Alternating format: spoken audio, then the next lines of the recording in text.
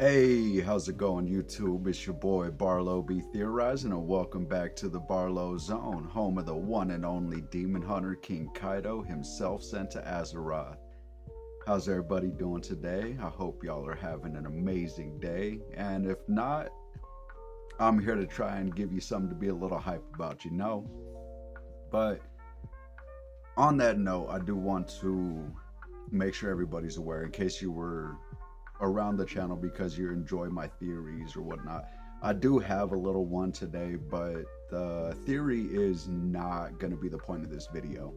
I actually wanted to discuss something else that's going on with One Piece right now and kind of share my own thoughts and my own worries, if you will. So if that's not for you, no hard feelings. Feel free to bow out now before your view gets counted for the channel.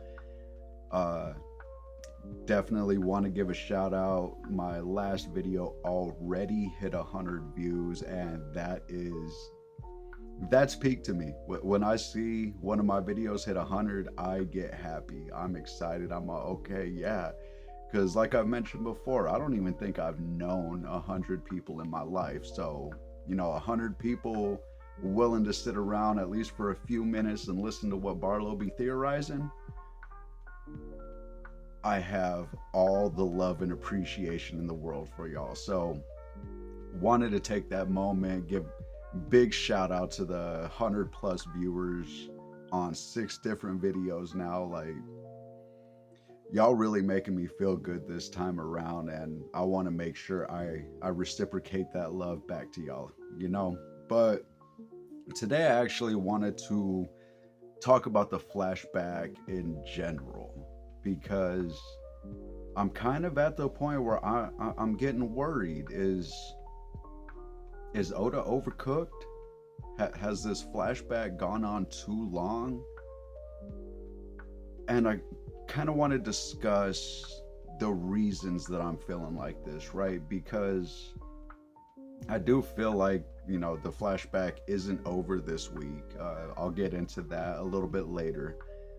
But, I probably will be posting on X and Tumblr. You find me there at Barlow be theorizing. I'll make sure I got those spellings for you in the description. I probably will be posting more openly about my concerns with the chapters to come. Now, to be clear, I'm not mad. I'm not mad about what we've been getting. Like, Oda has been cooking. Like, Sensei is deep in his bag right now, and I am happy to take all the lore that he wants to give us, right?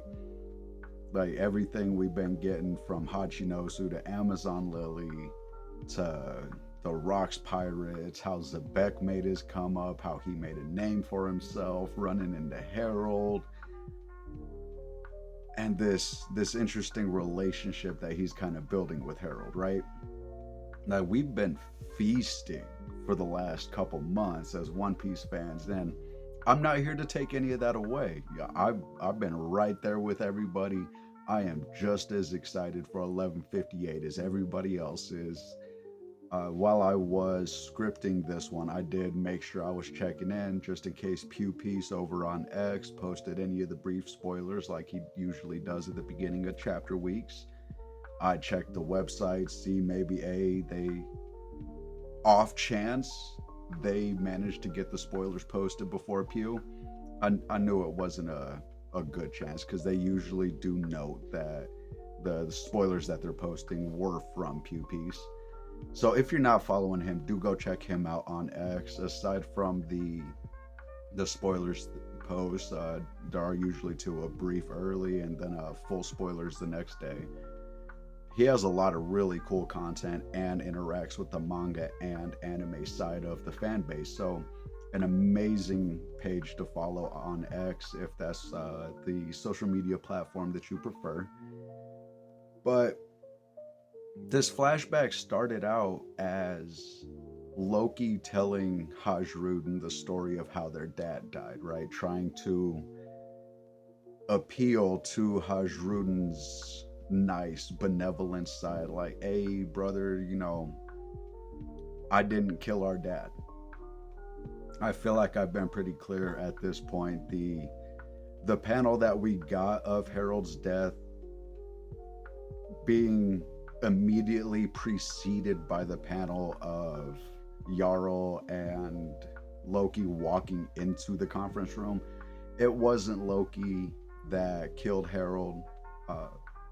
At best, some Elbaf warriors hired by the world government, agents of the world government sent specifically looking like Elbaf warriors. We still don't know.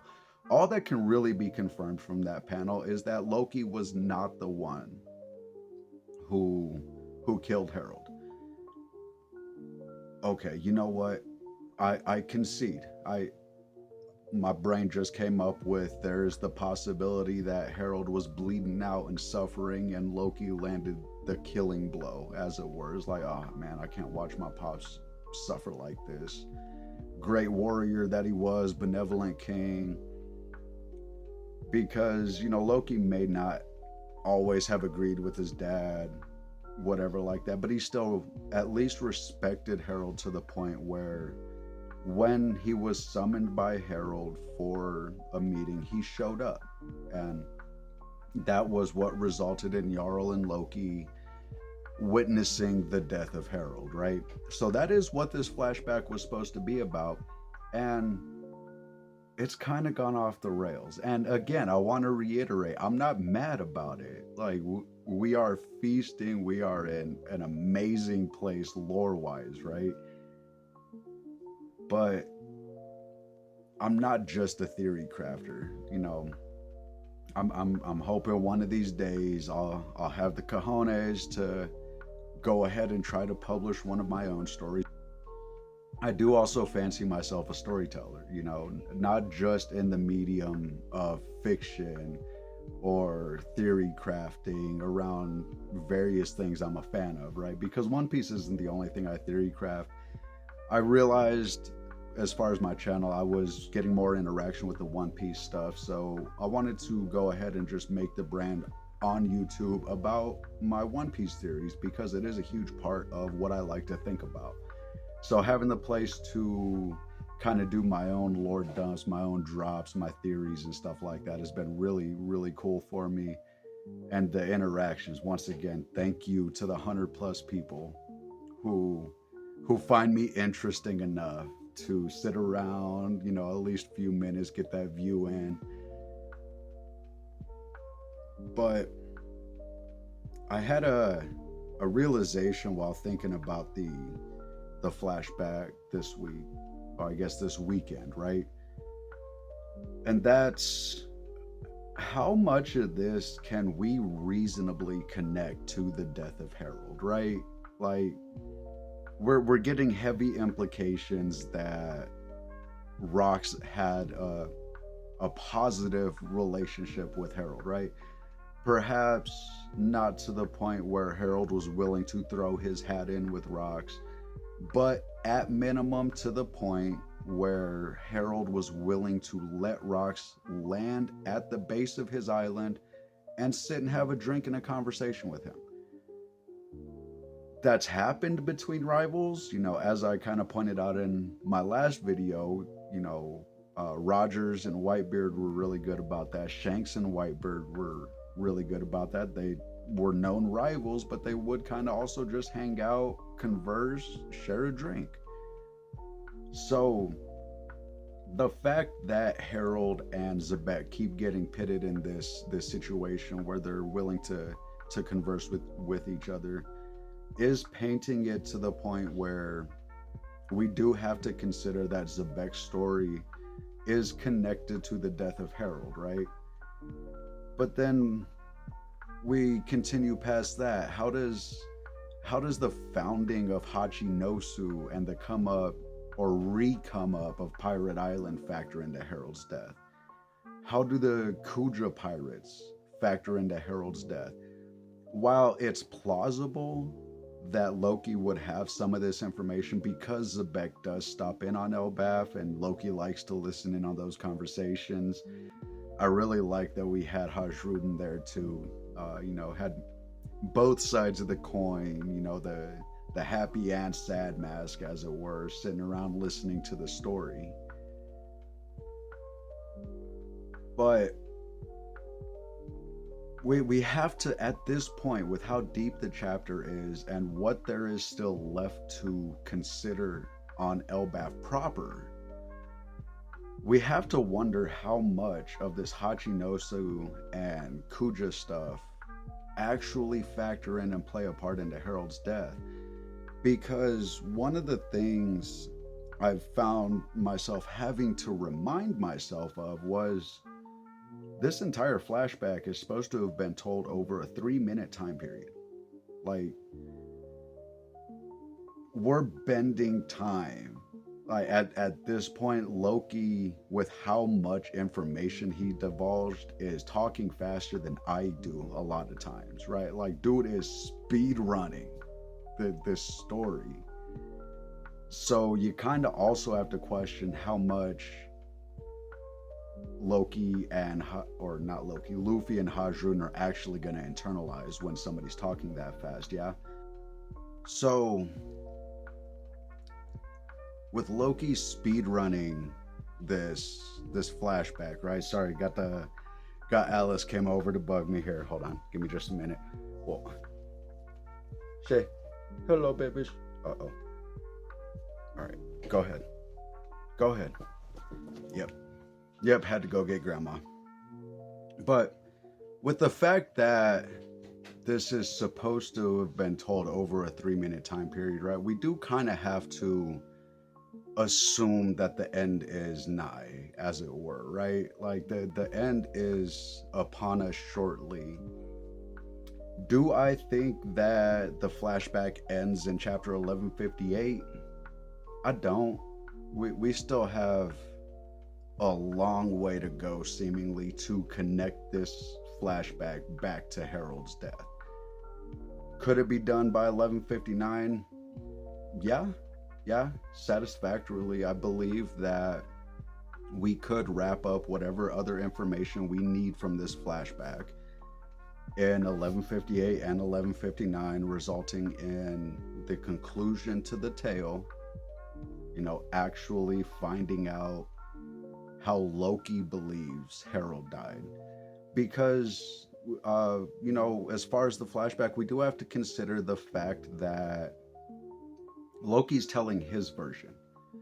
And there's always two sides to every story, right? We can assume that the other side of the story is the world government side. There's probably going to be a lot of lies, backstabs, redacted information. We're never going to get the full side of the world government story if that is the other side of this tale, yeah? But as for now, we are supposed to believe, at least, that the story that we're getting from Loki is kind of the official what led to Harold's death, as it were. So I do think, in 2 more chapters, we could be looking at coming into the conclusion of this, figuring out how all of these angles connect. Because while I do fancy myself a storyteller, while I do like to craft stories and theories, I'm no professional. I've never published a story. I've very rarely shared my stories with anybody. I do not have the cojones that Oda Sensei has, so I try to remind myself of that anytime I'm crafting anything, because Oda's proven over 25 years he knows what he's doing, right? Like, if Oda is continuing this flashback, it's gotta be because there's a reason. But for the sake of fellow storytellers who may be watching or listening in, I do want to remind the rest of the fan base, we still have a significant amount to deal with on Elbaf proper, right? Like, we've still got Imko, Gunkmu, however you want to combine the names. We still got Gunko being avatared by Emu right now. We've still got Summers having just come back from what appeared to be death.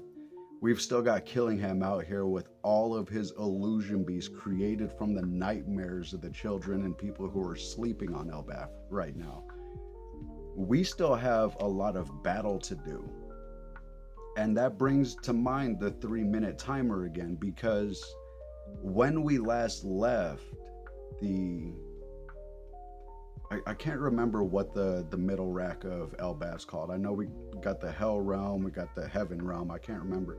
Mortal Realm, I guess, is I'll refer to it as the Mortal Realm for the rest of this video. I'll throw some up here if I do end up reminding myself of what is called proper while I'm researching, getting my screenshots. But the last time we were there, our crew were kind of in dire straits. Like, it was not looking good for us when we left, especially considering the fact that, you know, Yasan came in, hit Gunkmu Imco with that skadoosh, his OP, his ultimate, and they kind of just brushed it off, countered, sent him to hell. You know, are Zoro and Sanji really going to be enough to turn the tides enough to get our crew out of the dire situation they're in? Because, you know, once the flashback's over, we're probably assuming it doesn't end at the end of a chapter, right? Because, you know, good chance that 11:59, very end of the chapter, is also going to be the conclusion of the flashback.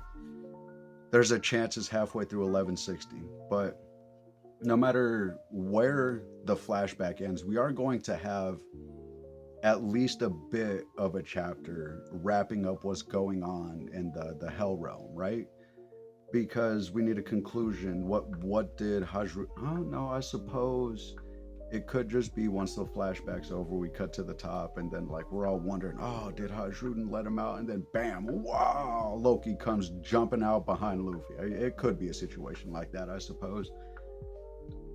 I think it's just a little more likely that once the flashback's over, we do get a wrap-up in the Hell Realm. We get Luffy, Loki, and Hajruden.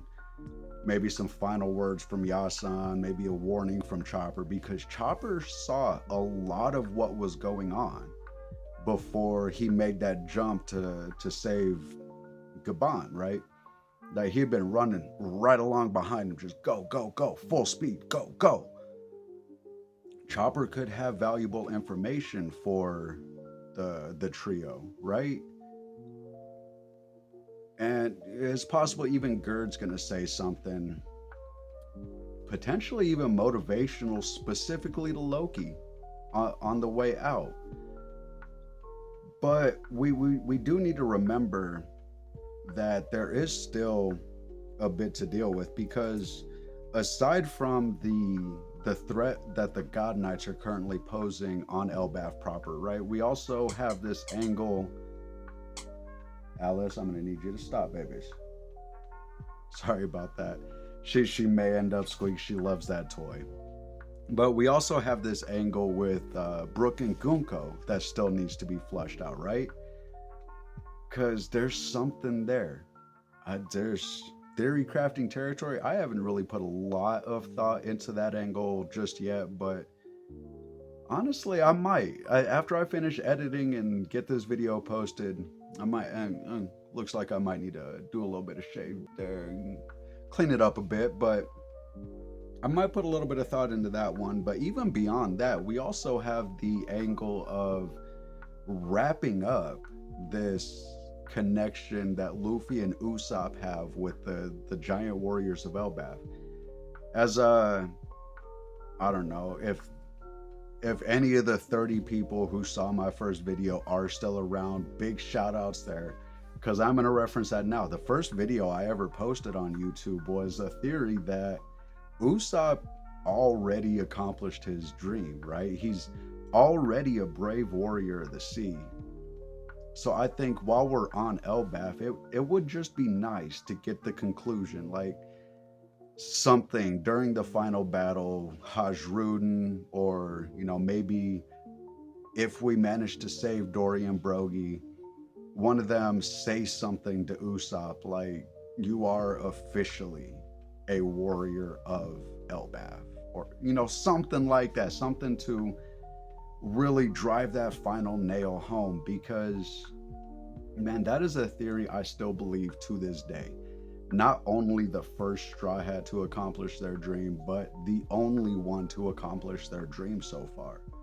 Sure, it could be argued he had the most basic dream of them all, but he's also supposed to be the analog for the everyday man on the crew, right? Like, his dream shouldn't have been something fantastic. A dream as simple as, I want to stand on the same level as the people around me, is as human as it gets. Like, there's nothing that any human wants more than to be recognized the same amount as any other human. We're all people, and that having that be Usopp's dream is chef's kiss, man. That is peak fiction. But it would just be nice to actually get some kind of conclusion, some kind of wrap up, so that as fans, we're not spending the rest of this story wondering what could have been, what might have been with Luffy and Usopp on Elbaf, because it has been such a big part of their story to this part. So all of that's just kind of why I believe we are at the precipice of the flashback being concluded, right? Next chapter, that there's a chance Oda is a much better storyteller than I am. I'd like to believe maybe one day I keep putting a little bit of effort into my craft. I might be able to publish something worth reading. But Oda's proven himself in 25 years. So there is, I do admit, there's a chance that 1158 is our final flashback chapter, that everything that needs to be wrapped up will be wrapped up. I think it's more likely the flashback comes to an end in chapter 1159, partially for storytelling reasons, I'll be honest, partially because I'm still holding out hope. I still believe this flashback can bedrock at Dragon. And if we're gonna keep the flashback going, come on, let's bedrock at Dragon. Let's get there. Let's get a little more information on Dragon himself. Sorry, gotta scroll down real quick. Oh yeah, there was one other angle to the Elbaf proper of it all that I found myself still kind of intrigued by, right? And that's the Shamrock of it all. Because Shanks and Shamrock have been on the island, story-wise, in the last month. Why was Shamrock introduced just to be removed in the same chapter? Because the chapter we got where him and Guko infiltrated the castle, took out the guards, he was also in that same chapter called back to the Holy Land by Imu and kind of removed from the equation, replaced by Killingham and Summers. And that seems weird. I don't know, maybe it's just to me. Maybe I'm overcooked in all of this, And I realize that is a possibility. My brain goes a little wild sometimes thinking about all this stuff. So I do admit the possibility that I'm the one who's overcooked, not the flashback. But I just want to say, like, Marie Joie doesn't seem to have ended up in a better place after Shamrock got called back, right? Because later that day, and time could be bent on Elbaf, it could have been a couple days past on Marie Joie in that time, but later that day, Imu showed up again, this time taking over Gunko, like, nah, okay, you kids have had your time to play around, I'm done, we need to end this, the Holy Land is in flames. So it doesn't appear like Shamrock's presence and whatever's going on at Marie Joie had the effect that Imu was hoping it would have, right? Which is kind of cool because soft confirmation that the Revolutionary Army are strong enough to stand up to some of the stronger, higher tiers of God's Knights, right? And that's kind of cool because it's kind of like I said, soft confirmation that the final war is going to be interesting with all the factions that are going to be in play. It's not just going to be interesting stuff for the Straw Hats while background stuff is going on type deal. And I think that's really cool. But I do think it's likely we see Shamrock come back. Probably after Killingham and Summers have been handled and it's down to just Imco. Maybe Emu makes the decision like, hey, Shamrock, I need you tag in. I need to get my focus back to where it matters on the Holy Land. This time dilation thing is really messing with the plan. Get over there, end it, get back. In and out, quick, 20-minute mission. And then Rick and Morty, 6 days later. Woo! Man, I really hope y'all remember that scene. It's one that lives in my head rent-free from Rick and Morty. But I just kind of wanted to put all of this out because with the time frame and what we know is happening to the rest of the crew, how happy can we continue to be with the flashback going on, even though, like, we know, I don't know, let me know in the comments. Let me know on the Discord. I'll leave that link in the bio as well. Do you think that we're overcooked? Do you think this, as much as we've been enjoying it, as much awesome lore dump information as we've been getting, right? Do you think that we're getting to the point where we're risking not caring about what's going on Elbaf because we're so focused on the lore dump that we got for the Herald Death flashback? Reminder again, that's what the flashback's supposed to be about, right? It was just, how did my dad die, Loki? That's all Hajrudin was asking. He's like, tell me the truth right now. Did you kill my dad? Nah. Let me spend the next 3 minutes going 20,000 words per second to explain the 114-year story of how our dad died. I appreciate the lore, Oda Sensei, but personally, I want to get back to Elbaf proper. And, as always, let me know, friends, what do you guys think? What do you guys expect out of chapter 1158? Because we are back. The break is over. I didn't get any spoilers, but I did get that confirmation, at least from Pew, before I started recording this one. So, yeah, let me know in the comments. Am I overcooked? Do you think the flashback's overcooked or teetering on the brink of overcooked? And if you're enjoying the content, don't forget, hit the like button, maybe throw a subscription my way. All the little things help. But at the end of the day, I will be back in a couple of days with another discussion point, because that's what I'm here for. Let's ignite some discussion in the community. Let's get to talking about some interesting stuff, And as always, you can find me on the socials, X and Tumblr at BarlowBeTheorizing. I will leave a link to the Discord community, the Barlow Zone, where you can come and chat with me anytime of any day. Yeah, I think that's about it, right? I don't want to drag on too long, but I hope y'all enjoyed this one. Not a big theory, nothing too big, but definitely wanted to talk about the flashback and see where everybody else is standing on it. So I hope you all have an amazing day.